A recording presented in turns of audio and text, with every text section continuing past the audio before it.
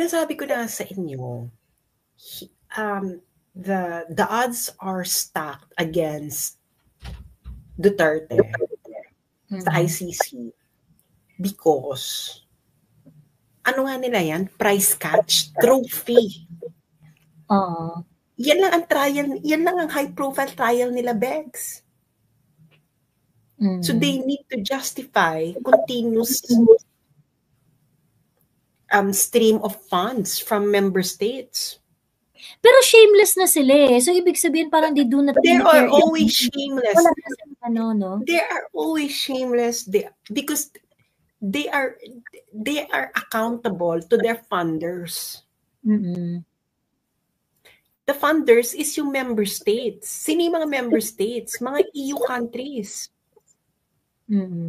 European countries.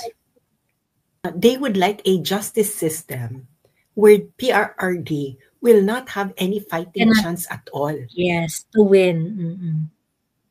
Girl, saan ka nakakita na hindi ka pwedeng bisitahin ng pamilya mo when they want it? Oo. At saka hanggang ngayon, hindi pa confirmed yung charges ni PRRD, Wala pa siyang charges. Oo. Naghahanap pa lang sila ng witness. Naghahanap pa pala ng witness. And even that, I mean, ano ang tawag dito? Hindi pa confirmed yung charges ni PRRD. So, dalawa ang patutunguhan yan. Dalawa. Either they will do what the Supreme Court did during Cory's time. Which is? Di ba nung kay Cory time, meron silang policy of exile. I think this is going to be a defining moment for the Supreme Court. And whatever they decide on this would be talked about for generations to come. For generations to come. Okay, for generations to come. Kasi this is exile.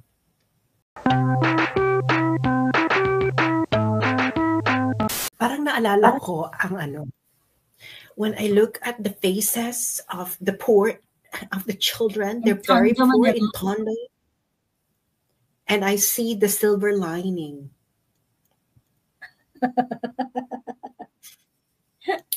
So, you know what?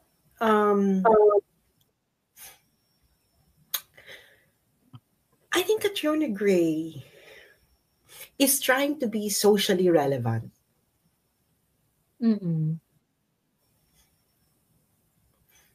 But napaka tabang. Alam mo yung napakatabang? It feels so beauty pageant-like. Alam mo yun? It feels so her speech is so beauty pageant-like. Baka may balak tumakbo. Well, it's a free country. Anyone can run for politics. I don't care.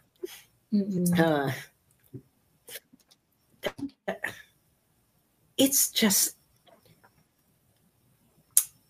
yun ang eksena ng buhay.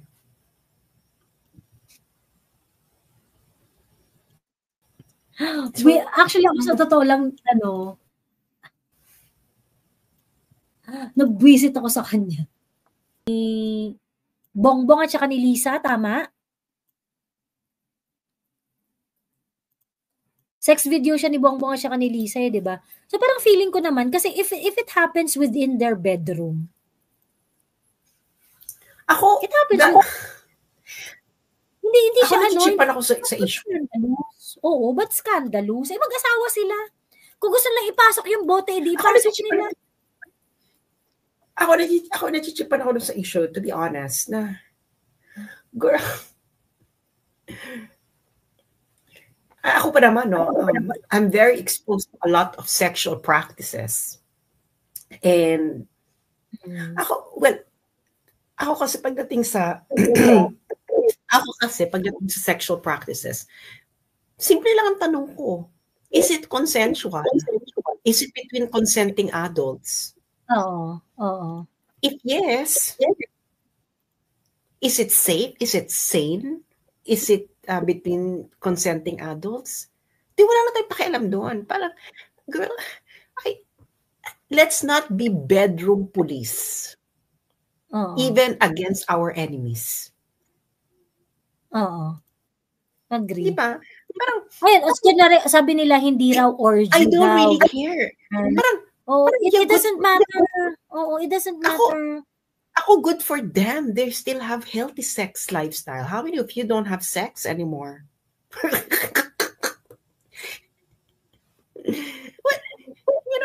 I don't really care. Parang, kahit mag-orgy sila dyan, whatever. Pagdating sa sex, the only question there is it... Gumamit sila ng baseball bat, kahit gumamit sila ng... I mean, agree ako dun sa sinabi ni Sas, no? Is it between two consenting adults? If it's between two consenting adults, edi okay. Ngayon, kung kunwari, okay lang rin ba yun kay Lisa? Edi kung okay lang kay Lisa, edi okay. That's diba? Their problem. You know, yeah, good for them. They're still having sex. How many of you don't have any sex anymore, even though you're in a long marriage? Period. You know, our enemies are human. So, if you think that your enemies are human, do they have sex? Yes. Do they enjoy sex? Yes. Does it matter how they do their sex?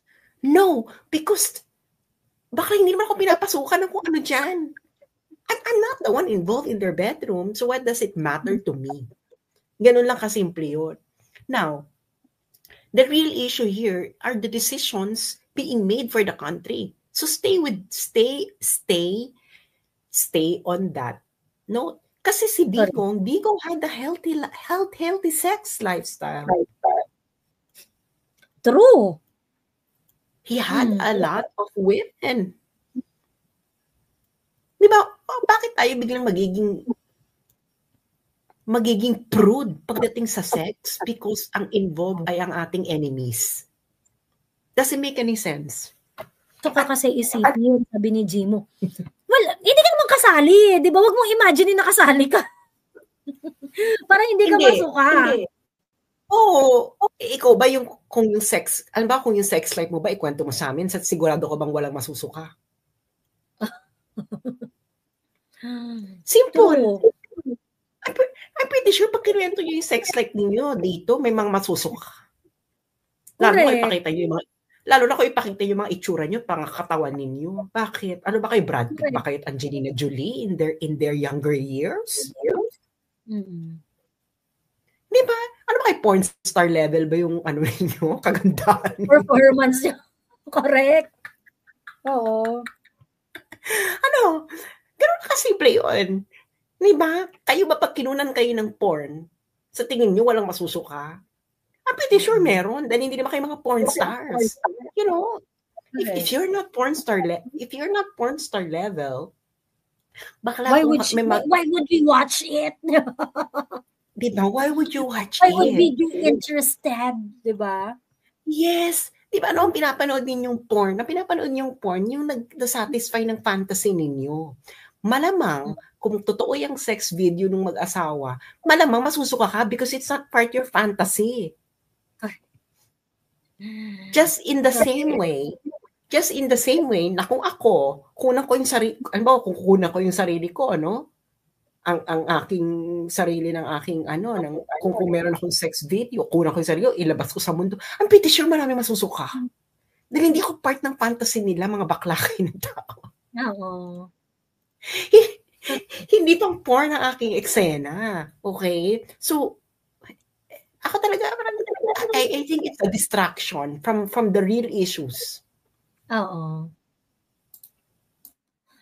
Mas interesado ako na siguro kung yung mga yung mga tipong, yun talagang stomach churning in terms of the lifestyle of the president that affects his ability to make proper decisions. Ganon. Sabi, they are wild, meaning related to drug addictions, I think. Girl, you don't need to have drug addiction in order to have wild sex. When you enjoy sex, you don't need drugs in order to have wild sex. Kasi if you need drugs in order to wild sex, I can imagine how boring your sex life is. So, something is you do not have healthy sex lifestyle, kaya parang kailangan mo na ini-induce ka ng chemically para so wala siyang causal structure na yung mga nag-wild sex lang yung mga nagda-drugs. Hindi walang ganun, girl. Hindi siya cause and effect. Hindi siya cause and effect relationship. Bakla, aminin niyo yung unang sex ninyo sa unang yung jowa, talagang wild talaga yun. Sorry. Magkaiba tayo. Ay, iba ba yung sa'yo? Boring yung sa'yo? Boring, oo. Boring. Ako talaga wild. Hindi naman kami nagdodrug eh. Girl, wild talaga. Hindi naman kami nagdodrug eh. Kasi hello, bakit? Enough na ang teenage kalibugan. Oo. After nung first, siguro. Pero yung first, hindi. Parang di mo naman alam yung first na hindi. Ako talaga, my first jowa talaga. Alam yung ginagawa ko eh. Oo. Wild talaga kami noon. Wildness talaga yon. Kasi nga talagang, hindi kasi first jowa, tapos 17 ako, 16 siya. So parang alam mo yun, nasa height kayo ng kalibugan, ng bonggang-bongga. So talagang, alam mo yun, ito yung mga panahon na magkukwiki kayo, kung saan kayong abutan. Alam mo, mga ganyang level. Ganyan, young, wild, and free. Di ba? Yes. So, kaya nga itong kay Lisa, sa kasi agree siya. Pag first, hindi talaga. Ay, yung sa'yo. Sa amin. Yung sa amin. Diba? Yung mga sumunod na eksena, siguro. Pero yung first, hindi talaga. Oo. Pero well, ako talaga, my first was well. Kasi talagang mahal na. Alam mo parang, we are so into each other. Intentional, oo.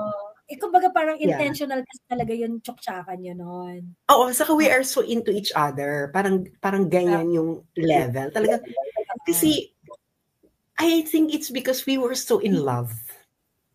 At alam mo yung we cannot parang we are so obsessed with each other. Ganyang level ang pagmamahalan namin nung panahon na yun. So, kasi may mga first love kasi na hindi gano'n na you're so obsessed with each other. Pero kami talaga nun, talagang all-consummating obsession, ganyang level. So, I think na siguro si BBM saka si Lisa talagang malibog lang talaga sila noon pa. Kaya mahilig sila sa wild sex. May mga gano'n naman talaga, you know, they enjoy sex with or without droge. Pwede kasi yun, girl, no? With or without. Hindi ba? Kaya nga, sasabihan mo lang ako na, ay nag-wild sex sila. Therefore, sila ay nagdodroge. Hindi siya matibay na link. At saka yung parang hindi yan yung iskandalo na, di ba, yung parang hindi yun yung iskandalo that I will question the prudence of the entire BBM administration. It's their sex. It happens within their bedroom. So let's give that to them. Di kung ang trip nila, gano'n. Kung trip nila, orgy, kung trip nila trip nila magpasok ng batuta sa wet pants, di ba? Di ba pinag-usapan nga natin? Di ba pinag-usapan nga natin noon, yung kay PRRD, na yung mga nakakadukit niya ng mga bilat, nagkukwento.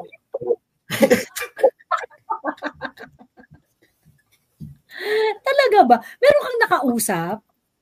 Oo, girl. Oo. May mga nagkukwento, ganyan. Kaya nga sabi ko, in fairness, kaya kita mo, di ba kay PRD, sa dami-dami naging babae ni PRD, walang lumabas na babae na galit sa kanya, na minaltrato niya. Kasi iba daw talaga si PRD maging jowa. Oo. Diba? Kasi si PRD daw talaga yung tipong ma-obsess sa'yo, ganyan. Ay, di ba Oo, di ba Yung si Ted sasambahin Filon, na- di ba si Ted Filon may good reviews din yan kay Rosana Roses? Yes. So si PRRD yung tipong gagala. Alam mo si PRRD daw yung tipong gagalangin ka at babastusin at the same time.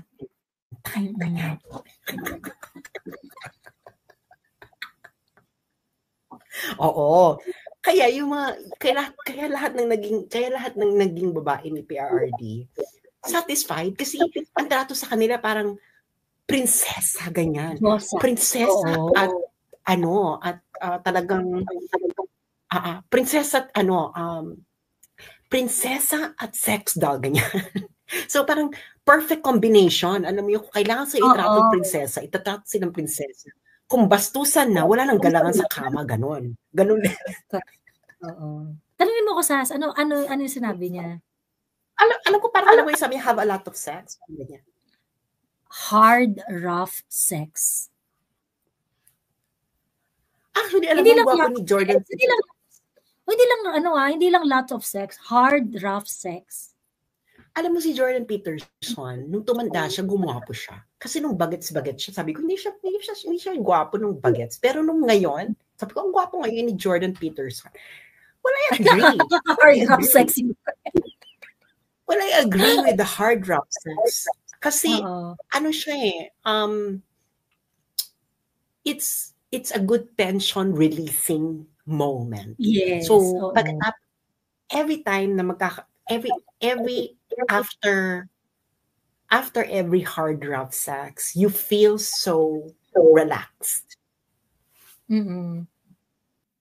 Pero alam mo, nung panahon kasi ni McCoy, may ganyan din Oo, yung kay Davy Beans. Oo, yung kay Davy Beans. Kasi ginawa Beans. nila, ano rin yun, recording. Mm-mm. Recording ni Lavi D na nagpapa-blowjob si McCoy.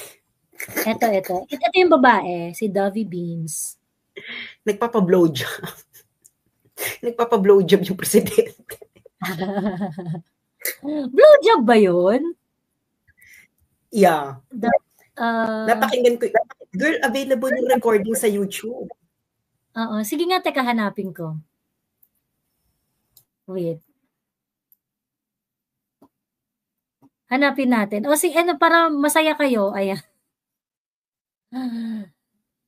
Wait lang Tapos ang chismis nga nun, ang naglabas nung recording na yon, ayan, yung ate mong maganda. Na-imbiar na kasi siya. Talaga ba? Oo. Dahil naawa siya sa nanay niya, ganon. Gaga, si Imelda daw. Si Imelda ang naglabas? Oo, parang ganyan ang chismis. Na-imbiar na nga kasi siya. Alam mo yung parang issue sa kanyang pambababae ni Kemerut. Ganyan. May nakita ko sa YouTube before. Oo, meron ako nakita nga rin sa YouTube before. Yung actual video, parang nag-groan si McCoy at saka si Davy Beans. Ayan. So anyway, ayun na nga. Tapos kinakantahan pa niya ng Pamulinawin. Yan tawag ko sa... Mapapakyat ka ba? Pwede naman. Pero ba gustong umakyat? May, ano pala masasabi mo dun sa takbo nung kaso sa ICC? After nung pagbasa nila nung decision dun sa interim release ni PRRD, what do you think is what's going to be the direction now?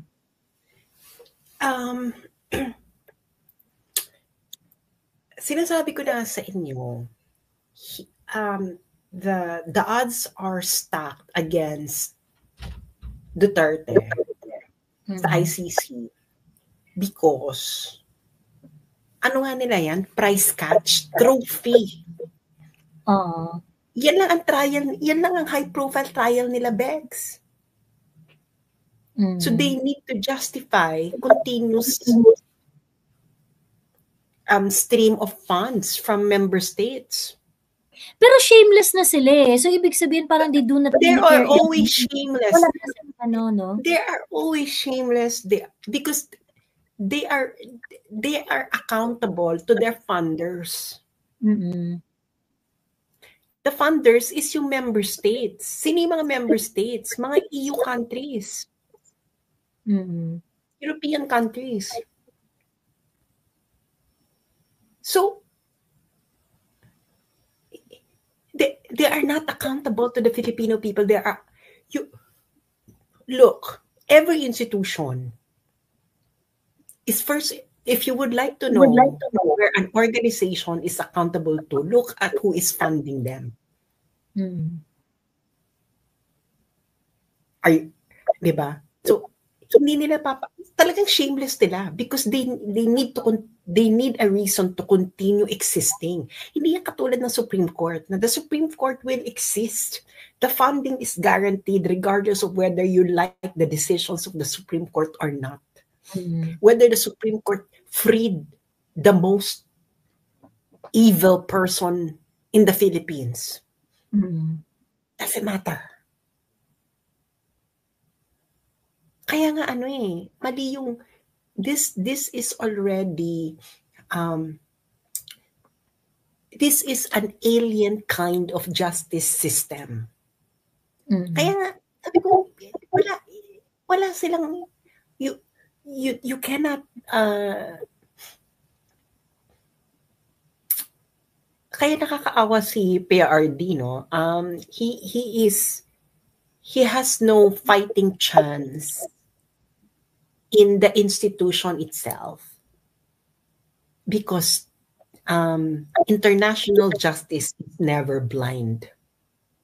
Mm-hmm. Yan ang tatandaan nyo, ha? International courts are never blind. Justice is supposed to be blind, supposed to have what's this? It's supposed to have may piring ang mata. Yung blindfold, oo. Mm-hmm. Yeah, may piring ang mata. No, it's the international courts, walang piring ang mata niyan. Actually, ang ano pa niyan, yung mata pa niyan, nakatingin sa kanila. They have to... Kaya nga, the Filipino people are still... This is not yet the generation that would fully reflect on what happened. Mm-hmm. Maybe the next generation, etc. Na my God, this is a shameless moment for our nation. This isn't yet the generation that would do that. It will be maybe the next generation when they are already more sober. When emotions are already down or etc. So that's why. Bakit ba sa tingin ninyo tinapon nila si PRRD sa ICC? Bakit hindi nila kinasuhan sa Pilipinas? Because they would like maximum they would like a justice system where PRRD will not have any fighting chance at all. Yes, to win. Mm-mm. Mm-mm. Girl, saan ka nakakita na hindi ka pwedeng bisitahin ng pamilya mo when they want it? Oo. At saka hanggang ngayon, hindi pa confirmed yung charges ni PRRD, Wala pa siyang charges. Oo. Naghahanap pa lang sila ng witness. Huh? Naghahanap pa pala ng witness. And even that, I mean, ang tawag dito, hindi pa confirmed yung charges ni PRRD. So, logic dictates that kapag wala ka pang formal charges, interim release ka na. Actually, dapat nga i-release ka dyan without condition eh. Oo, ibig sabihin, naka-arbitrary detention ka. Correct. Tapos, bakla naka-exile ka pa. Bakla, illegal ang exile, Lalo na kung walang judicial determination. Kaya nga, alam mo to, yung the decision of the Supreme Court, dalawang patutunguhan yan. Dalawa. Either they will do what the Supreme Court did during Cory's time. Which is? Di ba nung kay Cory time, meron silang policy of exile. Oo. Pero Kay narrow yung pero ano lang yun, it only won by 1 vote sa Supreme Court noon.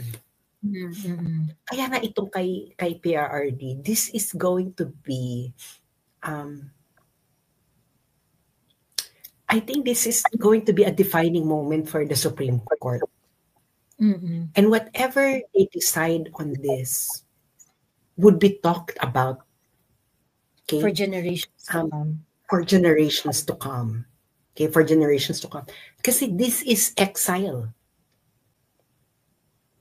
This is effectively exile. And tayo lang ang gumagawa niya in Asia.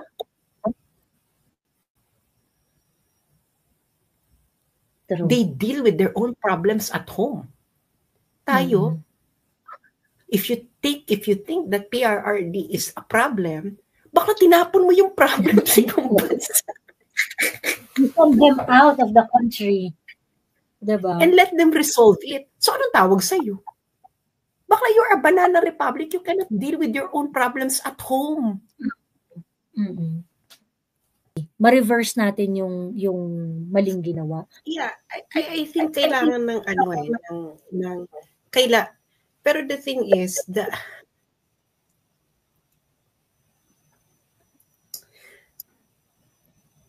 it will be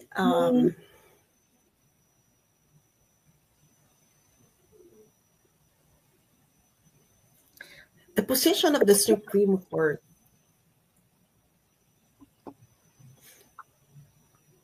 would determine if what happened is legal within the Philippine context. The framework of the Philippines.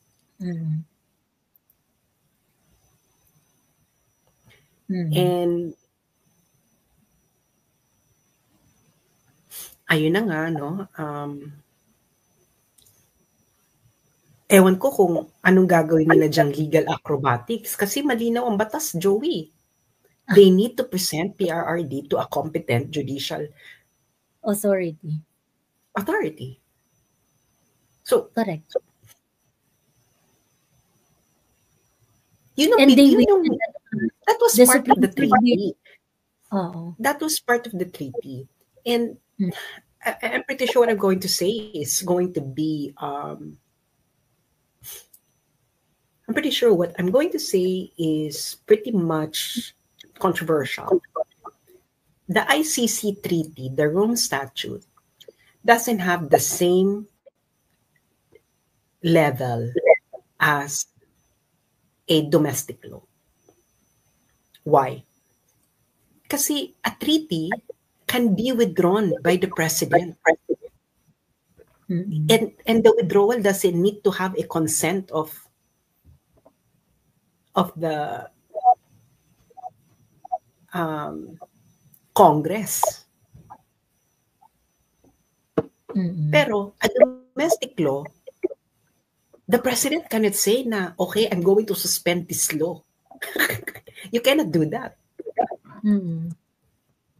Or we will withdraw from this domestic law. You cannot do that. Only Congress can amend, change, remove an existing law. Even the Supreme Court cannot. The Supreme Court, of course, can overturn an unconstitutional law, no? Pero that is only its limit. Pero the removal, amendment, etc. of a law resides in kung sino gumagawa ng batas. So, kaya nga sabi ko na, why are you, kumbaga sa philosophy of law, no? Is the Constitution and Rome Statute on equal level? Yes or no? Yun ang tanong dun, yes or no? Kaya nga sabi ko, paano kayo magiging decision dito ng Supreme Court? Kasi, from a philosophy of law perspective, it cannot they cannot really put it. They are not equal. Kasi yan na ang labanan dyan, Joey. Pag sa Supreme Court, ang magiging labanan dyan is, ano yung philosophy of law mo? Ano yung magiging philosophy of law ng Supreme Court? Kasi once you say, ito yung mga possible scenarios, no?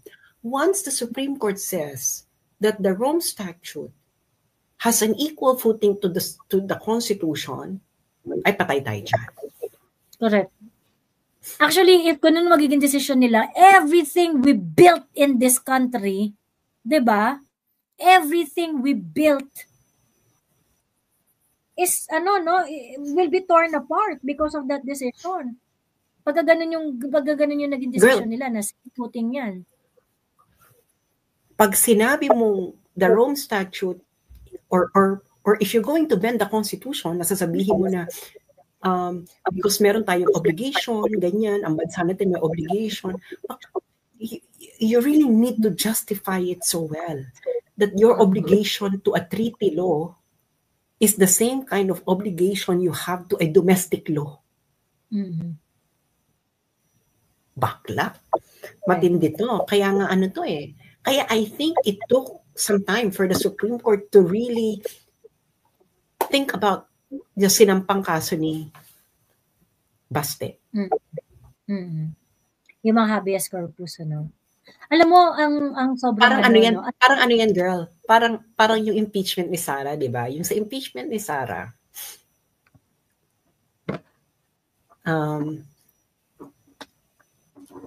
naalala mo, bago sila magdesisyon, sinulatan nila yung Congress. Magbigay kayo ng nasan itong mga ganto yung kay Sara. Tapos hindi sila sumagot. And then what was the decision of the Supreme Court sa impeachment ni Sara? Unconstitutional. Kasi feeling ko talaga, kung may mga controversial cases, feeling ko lang naman na tsuri ko lang to, mahal namin Supreme Court. Mag-uusap-usap muna siguro sila. Ginagawa yun ng mga judges, totoo, ng mga justices, totoo yan. Yung mga bakla, parang mga friends, Bex, nakakaloka tong issue na to. Ganyan. Kailangan ano tayo dito, unanimous tayo dito, dahil kung hindi tayo unanimous, baka magkawatak-watak tayo. Feeling ko meron na silang decision dito kay PRRD. They're just trying to map out the possible effects. Yes. The consequences, I mean. Yes. Feeling ko meron na silang decision dyan eh. And it might not be in our favor. Correct. Ako talaga parang, you have to consider that it might not be in your favor, and that's just life, and ako yung pinaghahandaan ko. Naisip actually, ko na, ako yung talagang iniisip ko eh. What would happen if the Supreme Court would say, it would anchor na the right of PRRD to be presented to the competent judicial authority in the Philippines is superseded by some extra legal considerations. Kasi yung mga sinasabi nyo, kasi lahat ng argument, naalala mo yung pinasabog ko yung issue na yon, lahat ng argument nila, girl, it's all about because kasi grave naman yung crime, baka this is an extra legal consideration. Diba? Iniisip ko talaga, what would be the consequence for the country? Not just now, but in the future. If they're going, hindi. This will determine our future. Actually, this is going kasi to ganito yan, no?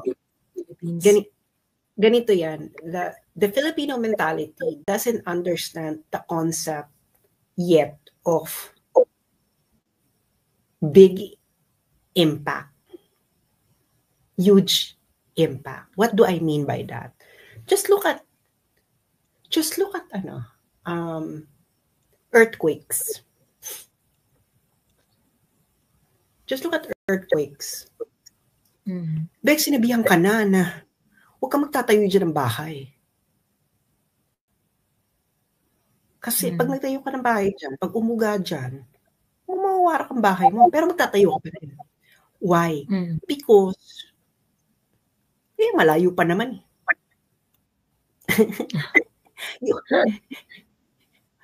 You are hanging on faith that somehow God will reverse the laws of physics for you. Alam mo yun? Parang, bakla, pwede ka naman maniwala sa Diyos, but at the same time, is you understand. And to understand geological laws, no? God will not bend the laws of physics for you, as simple as that. So ito ngayon, I think the Filipino people do not yet understand how big the impact this would be for the country. Parang ngayon, bakla, do people care that kailangan na natin i-beat ang tourism industry ng Cambodia? They don't know it yet. Kaya nga, kailan nagigising ang mga Pinoy? Pag nangyari na. Pag nag-collapse na. Kapag nasaktan na. Pag nasaktan na. Diba? So kaya dun sila nagwawala. At alam yan ng mga leaders. Na-master na yan, lalo na yung mga matagal sa politika. Nang gagawin nila, ito nga yung na kailangan lang na may kahit isang anay lang na hindi pumirma bago bumagsak ang bahay. Okay na yan sa mga Pilipino. kahit buk na yung bahay, basta isa lang dyan. Nakakatira ka pa rin naman, di ba? Oo. Nakatayo pa. Edi sige. Kaya yung mentality ni Claire Castro, tayo natatawa tayo kay Claire Castro, pero Claire Castro represent the actual mentality of maybe the average Filipino na okay na yan. Plano mo. That is true, ha? That's really a good point, ha?